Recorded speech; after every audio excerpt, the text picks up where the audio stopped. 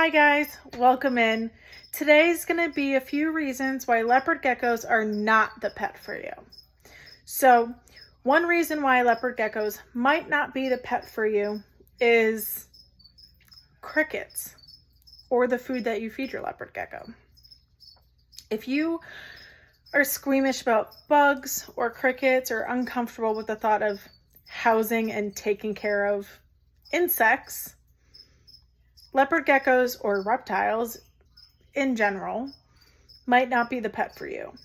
When you get a leopard gecko, or four, like me, you can hear their food in the background. It's the crickets that we have. You are now responsible for their food. Crickets, mealworms, superworms, doobie roaches, waxworms, anything like that. Leopard geckos do require live insects, so that might be a reason they're not for you. The second reason is they require heating and humidity. If you are not in a position to take on the additional expense of having lights on about 12 hours a day, that includes heating, UVB, or even just heating from a heat mat, might be a reason leopard geckos are not for you. Another reason, they require a schedule. If you are somebody who likes to travel, take frequent work trips, are not able to maintain a regular and consistent schedule for feeding, heating, and turning your lights off, leopard geckos might not be for you. If you take regular trips, you then are not able to monitor your geckos, maintain their heating and lighting requirements, or anything like that. You can't feed your geckos if you're not there. I guess you could get around with this if you have an exotic pet sitter, or if you have friends or family who are willing to do that for you while you take a trip. That might be a way to get around it. But overall, if you are somebody who likes to travel or spend a lot of time away from home, leopard geckos might not be for you. Another thing, if you have never had a reptile and you are not confident or comfortable holding or handling your leopard gecko, they might not be for you.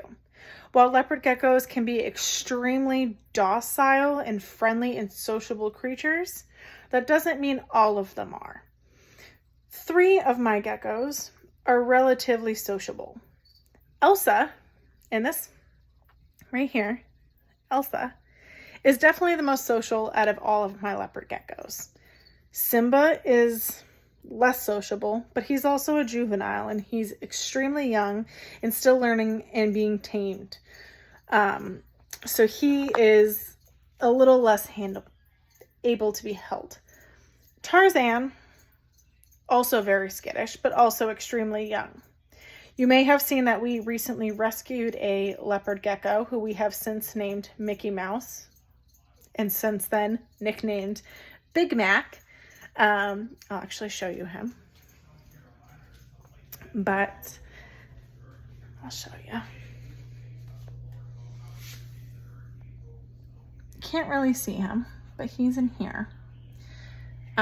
He is a super giant leopard gecko, and he is not able to be held. The reason he's not able to be held is he is a rescue and his previous home did not do proper care and maintenance with him. He was never handled. He tended to nip whenever hands were in the tank and all of that, which is fine. We are working with him. I have gotten him to climb up on my hand, but even me, myself, putting my hand in his current tank is a little nerve-wracking. I'm okay with being bit by the other 3 geckos that I have. However, with him, he is my first giant leopard gecko, and I'm a little bit more apprehensive about putting my hand in his tank. So if you're scared of being bit, or not able to handle your geckos might not be the right pet for you. Those are all the reasons that I have. Some of these reasons might not be turnoffs for you or red flags for you. So if not, let me know in the comments. If there's anything else that might be helpful for our viewers, please leave them down in the comments. I'd love to hear your opinions. Anyways, don't forget to hit that like and subscribe button, and we will see you next week on Lauren's Leos. Bye, guys.